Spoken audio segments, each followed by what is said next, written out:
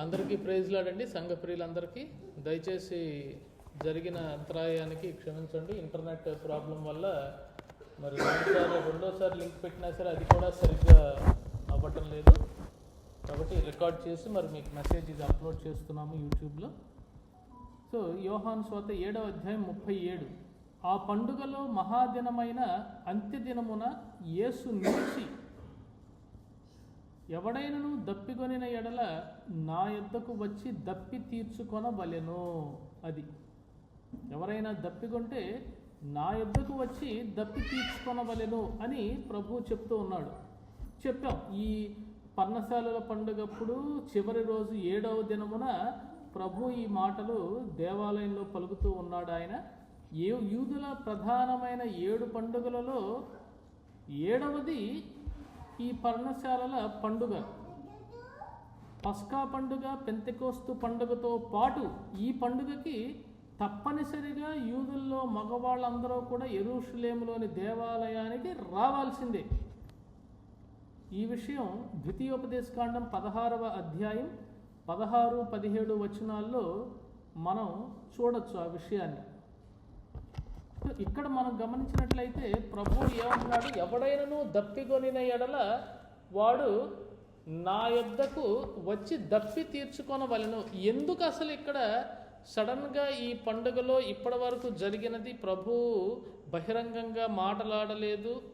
సగం పండగ అయినప్పుడు 14వ వచనం నుండి చూస్తే ప్రభు ఆయన చెప్పడం, నా అంతటా నేనే బోధించడం లేదని చెప్పానని, తర్వాత కొందరు యెరూషలేములో వాళ్ళు కొందరు ఏంటి ఈయన క్రీస్తు కాడా అని చెప్పని అంటాం. క్రీస్తుని గురించినటువంటి 2 నమ్మకాలు, అప్పట్లో ఉన్నటువంటి నమ్మకాలు ఏంటో మనం చూసాం. 27వ వచనంలో ఒకటి, 31వ వచనంలో ఒకటి చూసాం. క్రీస్తు ఎక్కడ వాడో ఎవరికి తెలియదనేటటువంటి నమ్మకం అప్పుడు వ్యాప్తిలో ఉంది. క్రీస్తు వచ్చినప్పుడు ఈయన చేసిన వాటికంటే ఎక్కువైన సూచక్రియలు చేయునా అని ఇంకొంతమంది ఆశ్చర్యాన్ని వ్యక్తం చేయడం చూసాం.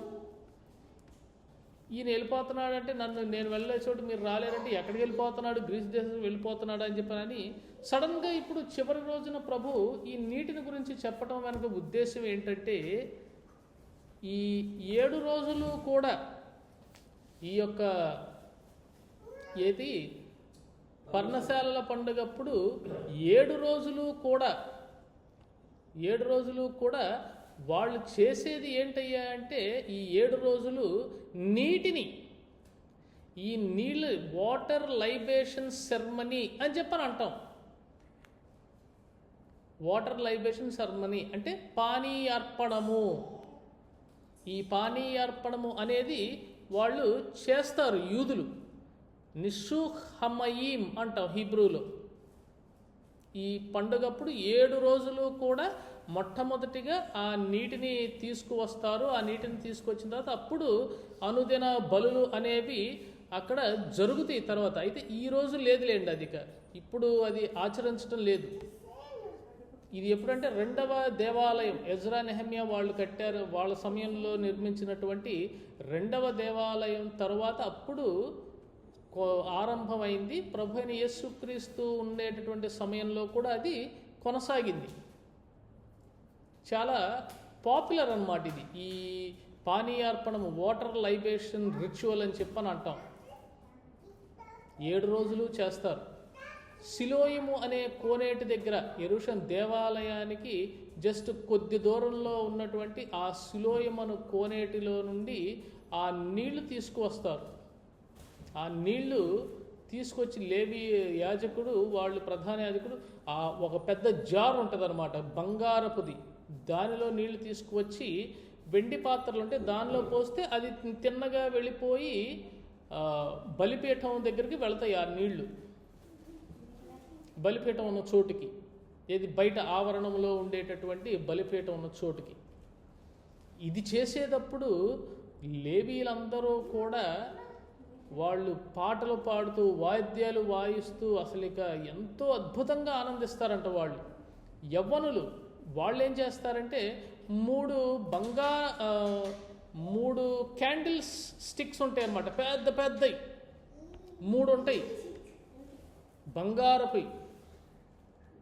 ఒక రకంగా ధ్వజస్తంభాలు లాగా అని అనుకోండి, బంగారమే పెద్ద పెద్ద ఉంటాయి అన్నమాట. 75 అడుగుల ఎత్తు ఒక్కొక్కటి, 75 అడుగుల ఎత్తు ఒక్కొక్క క్యాండిల్ స్టిక్ అనేది.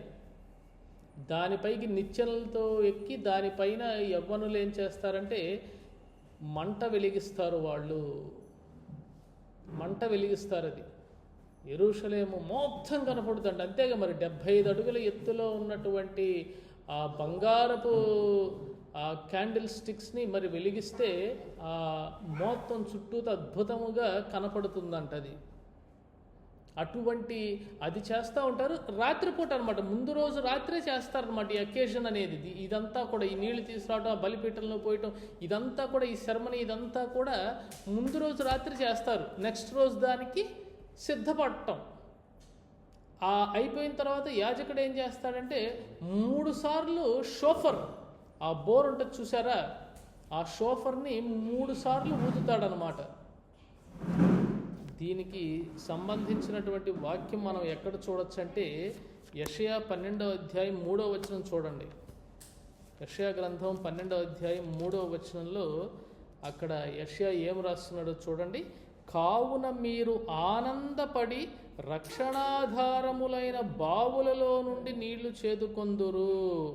ఆనందపడి అంటే అక్కడ సాదృశ్యంగా యెషయా చెప్తున్నాడు. అయితే వాళ్ళు చేసేటటువంటి పని అన్నమాట ఇది.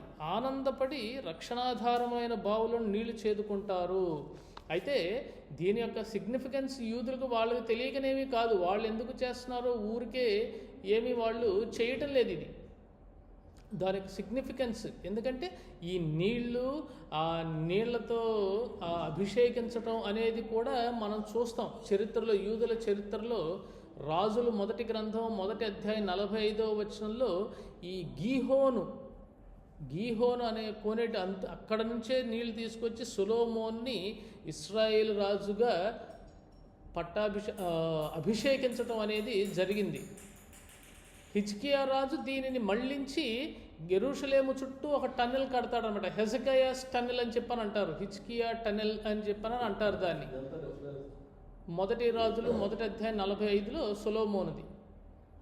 ఇదేంటంటే ఇది హిజ్కియా టన్నెల్ అనేది చేస్తాడు. ఇది యెరూషలేము లోపలికి ఆ సిలోయము అను కోనేరు వచ్చేటట్లు చేశాడు హిజ్కియా. సో దేవాలయానికి దగ్గరలోనే ఉంటుందన్నమాట ఇది. ఈ యొక్క సిలోయమను కోనేటి దగ్గర నుండి ఏం చేస్తారంటే ఈ సంఖ్యాకాండం 19వ అధ్యాయంలో ఉన్నటువంటి ఎర్రని పెయ్య, ఆ ఎర్రని పెయ్య దానికి సంబంధించినటువంటిది.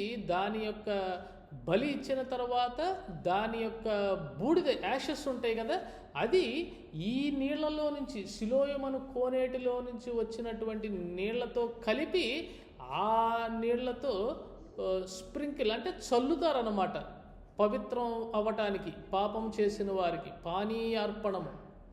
అది ఆ నీరేమై ఉండాలంటే నిత్యము ప్రవహించే జీవనది అయి ఉండాలి.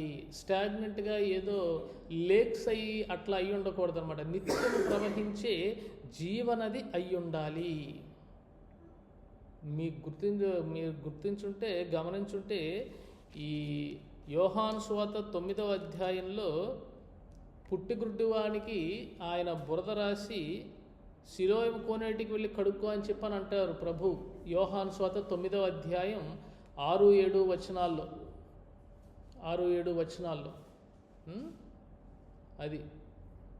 అంతేకాకుండా ఈ ముఖ్యమైనటువంటి విషయం ఏంటయ్యా అంటే ఈ సిలోయమను కోనేటిది, ఈ సిలోయము లేకపోతే ఈ వాటర్ లైబేషన్ పానీయార్పణము, దీని వెనక ఉన్నటువంటి అర్థం ముఖ్యంగా ప్రభు చెప్తున్నది మనం తర్వాతి వచనాల్లో మనం చూస్తాము. పరిశుద్ధాత్మ ఇవ్వబడటము, పరిశుద్ధాత్మ అనేది అనుగ్రహించబడటం గురించి మనం ప్రభు చెప్తున్నట్లుగా మనం తర్వాతి వచనాల్లో మనం చూస్తాం. అది అంతేకాకుండా ఈ దప్పిగొన్న వారలారా ఇదే వాక్యం మనం యెషయా 55 మొదటి వచనంలో చూస్తాం. మనందరికీ తెలిసినటువంటి వాక్యం యెషయా 55వ అధ్యాయం 1వ వచనం. దప్పిగొనిన వారలారా నీళ్ల యొద్దకు రండి. అది నీళ్ళ ఎదుగు రండి అంటే ఇదేదో మామూలు నీళ్లు కాదు. అలాగే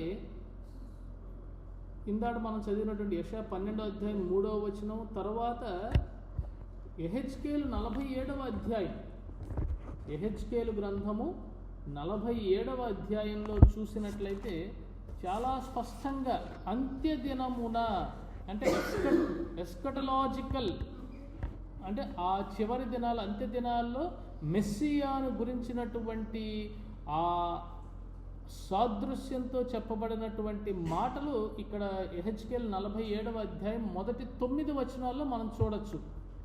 యెహెజ్కేలు 47వ అధ్యాయం మొదటి 9 వచనాల్లో అక్కడ నీళ్లు గురించి ఏం రాశానంటే, నేను జస్ట్ అక్కడక్కడ మొత్తం ఆ వచనాలన్నీ చదువుకుంటూ వెళ్తున్నా. ఇదిగో నేను చూడగా మందిరపు గడప క్రింద నుండి నీళ్లు ఉబికి తూర్పుగా పారుచుండెను, ఆ నీళ్లు బలిపీఠమునకు దక్షిణముగా పారుచుండెను. తర్వాత 2వ వచనం చివరిలో నీళ్లు ఉబికి పారుచుండెను. తర్వాత 5వ వచనం ఆయన ఇంకనూ 1000 మూరల కొలువుగా నీళ్లు మిక్కిలి లోతై నేను దాటలేనంత నది కనబడెను. 8వ వచనం చివరిలో అప్పుడు సముద్రపు నీళ్లు మంచి నీళ్లు అగును. నీళ్లు నీళ్లు ఈ నీళ్లు 9వ వచనం చూడండి, వడిగా పారు ఈ నది వచ్చు చోట్ల నెల్ల జలచరములన్నీయు బ్రతుకును, ఈ నీళ్లు అక్కడికి వచ్చుట వలన ఆ నీరు మంచి నీళ్లగును గనుక చేపలు బహు విస్తారములగును, ఈ నది ఎక్కడికి పారునో అక్కడ సమస్తమును బ్రతుకును. అది ఈ నది ఎక్కడ పారునో అక్కడ సమస్తము బ్రతుకును. ఏది పరిశుద్ధాత్మ దేవుడు ఎక్కడెక్కడ ఎవరిలో ప్రవేశిస్తే వాళ్ళు బ్రతుకుతారు, ప్రభువైన యేసుక్రీస్తునందు విశ్వాసం ఉంచుతారు. మెస్సియా ఆయన వచ్చినప్పుడు అందరూ కూడా బ్రతికింపబడతారు తన యందు విశ్వాసం ఉంచువారు.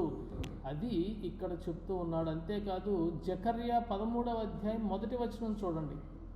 జకర్యా గ్రంథం 13వ అధ్యాయం 1వ వచనం, ఆ దినమున పాపమును అపవిత్రతను పరిహరించుటకై దావీదు సంతతి వారి కొరకును యెరూషలేము నివాసుల కొరకును ఊట ఒకటి తీయబడును.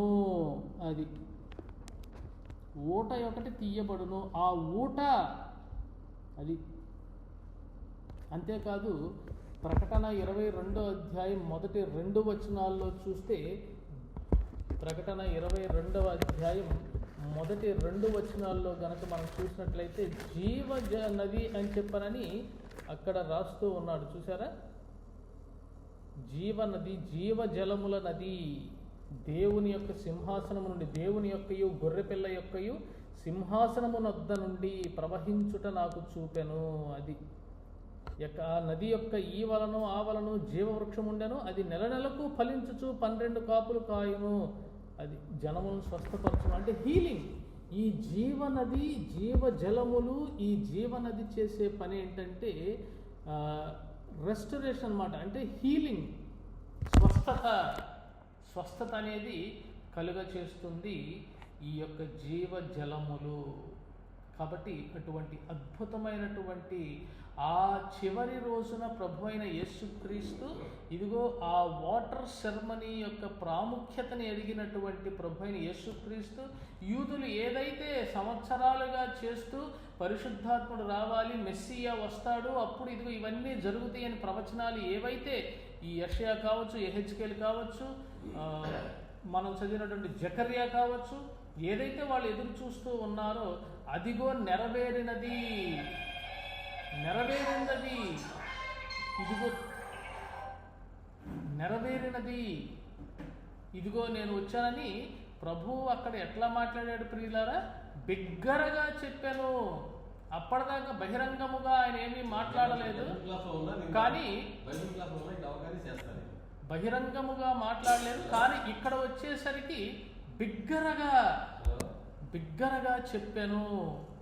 ఇప్పుడు 30 చూడండి, నా 38వ వచనం, 37, 38 మనం చూసినట్టు, నా యందు విశ్వాసం ఉంచు వాడెవడో, 38వ వచనం ఏముంది? లేఖనము చెప్పినట్టు వాని కడుపులో నుండి జీవ జల నదులు పారునని బిగ్గరగా చెప్పాను. అది అంటే ఎవరైతే ప్రభు అయిన యేసుక్రీస్తునందు విశ్వాసం ఉంచుతారో ఇదిగో వారిలో పరిశుద్ధాత్మ దేవుడు కార్యం చేస్తాడు, ఆయన ఉండి వారిని అద్భుతంగా నడిపిస్తాడు అనేటటువంటిది ప్రభు చెప్తూ ఉన్నాడు. జీవ జల నదులు పారును.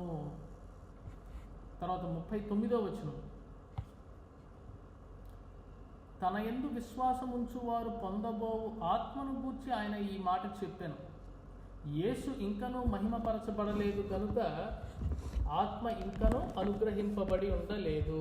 అది ఇక్కడ మనం చూసేది జీవజల నదులు ఏమిటో చాలా స్పష్టంగా ప్రభు ఇక్కడ చెప్తూ ఉన్నారు. ఆయన ఇంకా మహిమపరచబడిన తరువాత పెంతెకోస్తు దినమున శిష్యులు పరిశుద్ధాత్మను పొందుకున్నారు. కాబట్టి ఈ నీళ్లు పరిశుద్ధాత్మకు సాదృశ్యముగా చెప్పారు ప్రభువు. ఆ ఆత్మను గురించి ఆయన ఈ మాట చెప్పాను. ఆయన ఇంకా మహిమపరచబడల, పరలోకానికి ఆరోహణమైన తర్వాత అప్పుడు నేను పంపిస్తాను. 14 యోహాను సువార్త 14, 15, 16 అధ్యాయంలో మనం అక్కడ ప్రభువు ఎంతో డీటెయిల్డ్గా పరిశుద్ధాత్మను గురించి, ఆదరణకర్త గురించి, ఉత్తరవాది గురించి ప్రభు అక్కడ చెప్పడం మనం చూస్తాం. యోహాను సువార్త 14, 15, 16 వచనాలు. అందుకే ప్రభు ఇక్కడ అన్నారు, ఇంకా ఆయన మహిమపరచబడలేదు కనుక ఆత్మ ఇంకను అనుగ్రహింపబడి ఉండలేదు. తర్వాత 40వ వచనం చూడండి. జనసమూహములో కొందరు ఈ మాటలు విని నిజముగా ఈయన ఆ ప్రవక్తయే అనిరి. అది ప్రభు ఇంకను అనుగ్రహింపబడి ఉండలేదు. పరిశుద్ధాత్మ శిష్యుల మీదకి, ఇంకా వాళ్ళ మీదకి పెంతెకోస్తు దినమున కదా వచ్చింది. అపోస్తల కార్యాలు 2వ అధ్యాయంలో మనం చూస్తాం పరిశుద్ధాత్మ అనుగ్రహించబడటం. సో ఈ మాట చెప్పారు ప్రభు. దానికి జనసమూహములో కొందరు ఏమనుకుంటున్నారండి, ఈ మాటలు విని నిజముగా ఈయన ఆ ప్రవక్తయే అనిరి. ఈ మాట వాళ్ళు ఎక్కడన్నారంటే 6వ అధ్యాయం 14వ వచనంలో అన్నారు. వాళ్ళకి ఆహారం 5,000 మందికి ఆహారాన్ని ఇచ్చినప్పుడు జనాలు అనుకున్నారు, నిజముగా ఈయన ఆ ప్రవక్తే. మరలా ఇక్కడ ప్రభు, ఇదిగో నా యొద్దకు వచ్చి ఈ జీవజల దప్పి తీర్చుకోండి, జీవజల నదులు కడుపులో నుండి ఊరతాయి, పారును అని చెప్పి ప్రభు అన్నప్పుడు ఇక్కడ కొంతమంది అన్నారు, నిజముగా ఈయన ఆ ప్రవక్త, రాబోయే ప్రవక్త అని. ఎందుకని? మోషే మాత్రమే ఆహారం జనులకు, ఇశ్రాయేలీయులకి దేవుడు మోషే ద్వారా మన్నానిచ్చాడు, బండ నుండి నీటినిచ్చాడు దేవుడు మోషే ద్వారా. ఈ విషయాలు మనం ఎక్కడ చూస్తామంటే 2 సందర్భాలు, నిర్గమాకాండం 17వ అధ్యాయం, సంఖ్యాకాండం 20వ అధ్యాయంలో. నిర్గమ 17వ అధ్యాయం, సంఖ్యాకాండం 20వ అధ్యాయంలో, ఈ 2 అధ్యాయంలో కూడా మనం బండ నుండి దేవుడు నీళ్ళు ఇచ్చినట్లుగా మనం చూస్తాం. అందుకని ఇక్కడ జనాలు వెంటనే కనెక్ట్ చేసుకుని, ఈయన ఆ ప్రవక్తే, మోషే వంటి ఒక ప్రవక్త. ఎందుకంటే ఆహారాన్ని ఇచ్చాడు, ఇప్పుడేమో ఇదిగో నీళ్లు, జీవజల నదులు పారుతాయి, దప్పి తీర్చుకోవాలి, నా దగ్గరికి రండి, నా ఎద్దుకు వచ్చి దప్పి తీర్చుకోవాలి అని చెప్పేసరికి కొంతమంది ఆ ప్రవక్తే అని చెప్పి అనుకున్నారు. అయితే ఇంకొంతమంది ఏమనుకున్నారో చూడండి, 41వ వచనం. మరికొందరు ఈయన క్రీస్తే అనిరి. కొందరైతే మెస్సియా ఈయనే, మెస్సియా ఈయనే అని చెప్పనని అనుకుంటున్నారు. అయితే 41వ వచనంలో ఈయన క్రీస్తే, కొంతమంది ప్రవక్త అన్నారు, కొంతమంది ఈయన క్రీస్తే ఖండితంగా. అయితే అదే 41వ వచనంలో చూడండి, మరికొందరు ఏమి క్రీస్తు గలిలయలో నుండి వచ్చునా. అది వెంటనే అనుమానం వచ్చింది, చూసారా? అనుమానం వచ్చేసింది. అదేంటి, క్రీస్తు గలిలయలో నుండి వస్తాడా, గలిలయలో నుండి వస్తాడా క్రీస్తు అని చెప్పనని అనుకున్నారు వాళ్ళు. అంతేకాదు, అక్కడతో ఆగల. 42వ వచనం చూడండి. క్రీస్తు దావీదు సంతానములో పుట్టి దావీదు ఉండిన బెత్లెహేమను గ్రామములో నుండి వచ్చునని లేఖనము చెప్పుట లేదా అనిరి. అది కొంతమంది ప్రవక్త అన్నారు, కొంతమంది క్రీస్తు అన్నారు. అయితే ఆ మాటలు విన్నటువంటి ఇంకొంతమంది అనుమానం కలిగినటువంటి వాళ్ళు, అదేంటి క్రీస్తు గలిలయలో నుండి వచ్చేది, దావీదు సంతానంలో కదా పుట్టాలి, దావీదు ఉండిన బెత్లెహేము గ్రామంలో నుండి కదా రావాల్సింది, లేఖనం అదే కదా చెప్పేది అని అంటున్నారు. సో ఇక్కడ మనం 3వ క్రైటీరియా చూడొచ్చు. ఇప్పుడు మనం 3 పాపులర్ బిలీఫ్స్ మెస్సియా గురించి ఉన్నదని చెప్పాం. ఒకటి 27వ వచనంలో చూసాం, 7వ అధ్యాయంలో 27వ వచనంలో. రెండవది 31వ వచనంలో చూసాం. రెండవది మెస్సియాను గురించినటువంటి మెస్సియా ఎట్లా ఉంటారు, ఎక్కడి నుంచి వస్తారు, లేకపోతే ఏంటి ఆయన గురించినటువంటి ఆనవాళ్ళు. మూడవది ఇదిగో ఇప్పుడు చూస్తున్నాం, క్రీస్తుని కొంతమంది అనేసరికి ఇక్కడ 42వ వచనంలో వాళ్ళు ఏమంటారు, అదేంటి క్రీస్తు, ఈయనేమో గలిలయుడు కదా, కానీ క్రీస్తు ఏమో దావీదు సంతానంలో పుట్టాలి కదా, ఆ బెత్లెహేము గ్రామంలో నుండి రావాలి కదా. కాబట్టి క్రీస్తు ఎక్కడ నుండి వస్తాడో వీళ్ళకి తెలుసు, ఎందుకంటే ప్రవచనాలు ఉన్నాయి. యెషయా 11వ అధ్యాయం 1వ వచనం, యెషయా గ్రంథం 11వ అధ్యాయం 1వ వచనం, ఇర్మియా 23వ అధ్యాయం 5వ వచనం, ఇర్మియా 23వ అధ్యాయం 5వ వచనం, దావీదు వేరు చిగురు అని ఉంటుంది అక్కడ, యెషయి నుండి చిగురు అని. ఇర్మియా 23వ అధ్యాయం 5వ వచనం. తర్వాత ఇక మనందరికీ తెలిసినటువంటి మీకా 5వ అధ్యాయం 2వ వచనం, బెత్లెహేము యూదా ఎఫ్రాత స్వల్ప గ్రామమైనను అని చెప్పినటువంటి వాక్యం మీకా 5వ అధ్యాయం 2వ వచనం. కాబట్టి బెత్లెహేములో జన్మించాలి, దావీదు సంతానంలో పుట్టాలి, అది వాళ్ళకి తెలుసు. ఆ విషయం లేఖనం చెప్పటం లేదా అని చెప్పారని అన్నారు. కాబట్టి 43వ వచనం చూడండి, కాబట్టి ఆయనను గూర్చి జనసమూహములో భేదము పుట్టెను. సో డివిజన్ అనేది వచ్చేసింది జనసమూహంలో. మనం చూస్తాం అనేక సందర్భాల్లో ప్రభువు చెప్పినటువంటి విషయాల్లో జనసమూహాల్లో డివిజన్ రావటం అనేది మనం తరచుగా చూస్తూ ఉన్నాం. సో ఇక్కడ కూడా ఆయన చెప్పిన మాటకి భేదం అనేది పుట్టింది. ఏం చేశారు చూడండి. అయితే 44వ వచనం, వారిలో కొందరు ఆయనను పట్టుకొనదలచిరి గాని ఎవడునో ఆయనను పట్టుకొనలేదు. కొంతమంది వాళ్ళలో ఏం చేశారు, వారిలో పట్టుకోవాలి, ఇన్ని అరెస్ట్ చేయాలి అని చెప్పని అనుకున్నారు, కానీ పట్టుకోలే ఎవరు. ఎందుకని? ముందుగానే మనకు తెలుసు ఆయన సమయం ఇంకనూ రాలేదు, ఆయన సమయం రాలేదు, కాబట్టి ఎవరో కూడా ఆయనని పట్టుకోలేరు. అది కాబట్టి ఇక్కడతో ఆపుకుందాం ఈ సెక్షన్. తర్వాత 45 నుంచి 53వ వచనం వరకు దేవుని చిత్తమైతే వచ్చే వారం కంటిన్యూ చేద్దాం ప్రియులారా. మన ఈ వారం బైబిల్ స్టడీ అనౌన్స్మెంట్స్ వచ్చి, మరి మన సంఘ కార్యక్రమాలు యథాప్రకారం మరి రేపు హౌస్ విజిటింగ్స్ ఉంటాయి, శనివారం ఉపవాస ప్రార్థన కూడా ఉంటుంది సాయంకాలం 6 గంటలకి. తర్వాత ఆదివారం ఉదయం 9:30 గంటలకు మనం అందరం కూడా దేవుని సన్నిధిలో కూడుకొని దేవుణ్ణి ఆరాధించడం జరుగుతుంది. కాబట్టి కార్యక్రమాన్ని యథాప్రకారం జరుగుతాయి. మరి సంఘంలో బలహీనంగా ఉన్న వారందరి కొరకు ప్రార్థన మనం చేస్తున్నాము, మీ అందరూ కూడా చేస్తున్నారు. ఇక చేస్తూనే ఉండండి. ఆంటీ సరోజిని గారి కొరకు చేయండి, మరి ఆ క్యాన్సర్ నుంచి దేవుడు పూర్తిగా విడుదల దయచేయాలని, మరి పాప నిహారిక కూడా దేవుడు మంచి శక్తిని బలాన్ని ఇవ్వాలని నిహారిక కొరకు ప్రార్థన చేయండి. అలాగే సహోదరి ప్రభావతి గారి కొరకు ఆ తలనొప్పి పూర్తిగా తగ్గిపోవాలని. మొన్న వెళ్ళొచ్చారు, మణిపాల్కి వెళ్ళారు, ఇంకో వేరే ఒపీనియన్ తీసుకుందాము అని చెప్పానని మణిపాల్కి వెళ్తే, దీనికేమీ తల ఇప్పి సర్జరీ చేయాల్సిన అవసరం లేదు, మామూలుగా హార్ట్కి స్టంట్స్ వేసినట్లుగా అట్లా వెయిన్ ద్వారా నరం ద్వారా లోపలికి పంపించి స్ప్రింగ్ లాంటిది క్లిప్స్ లాంటివి వేసేసి ఆ బబుల్ బర్స్ట్ అవ్వకుండా ఇట్లా వేసేస్తారు క్లిప్ లాంటిది అని చెప్పానని చెప్పారు. ఆప్షన్ అది, అంటే అది పర్ఫెక్ట్గా డిసైడ్ అయ్యేది ఒక 2 వారాలు టైం అడిగారంట డాక్టర్స్. మేమంతా కూడా ఈ రిపోర్ట్స్ అన్నీ కూడా స్టడీ చేస్తాము, స్టడీ చేసి ఏం చేయాలో చెప్తామని చెప్పని అన్నారు. అయితే మనందరం కూడా ప్రార్థన చేద్దాం, ఏది చేసే అవకాశం కూడా రాకుండా దేవుడు 30 సంవత్సరాల క్రితం ఎలా అయితే స్వస్థపరిచాడో అలాగే ఇప్పుడు కూడా ఏమీ లేదు తల్లో అని చెప్పి వాళ్ళు చెప్పేలాగా మనందరం కూడా ప్రార్థన చేద్దాం. దేవునికి అసాధ్యమైనది ఏదీ లేదు. కాబట్టి ఇవి అనౌన్స్మెంట్స్ ప్రియులారా, అందరి కొరకు కూడా మీరందరూ ప్రార్థన చేయండి. ప్రార్థనలో మనం జ్ఞాపకం చేసుకున్నాం ప్రతి ఒక్క కుటుంబాన్ని కూడా. ప్రార్థన ముగింపు ప్రార్థన చేసుకుని మన ఈ బైబిల్ స్టడీ కార్యక్రమాన్ని ముగించుకుందాం.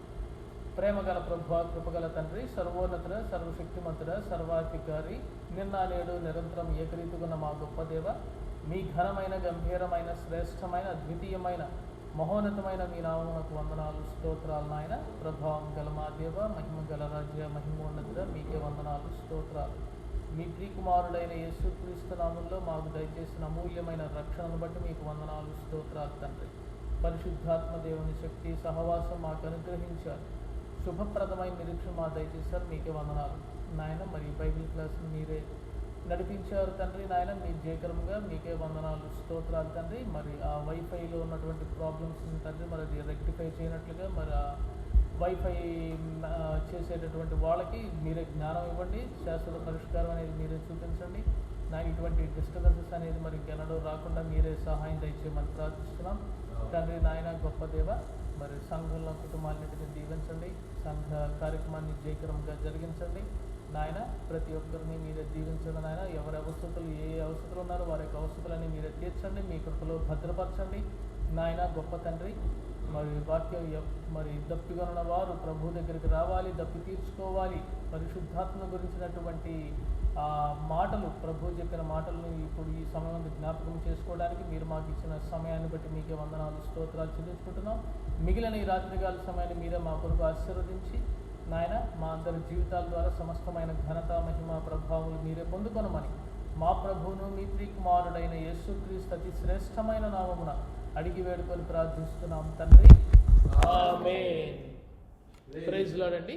బైబిల్ స్టడీ కార్యక్రమం ముగిసింది. Praise lord.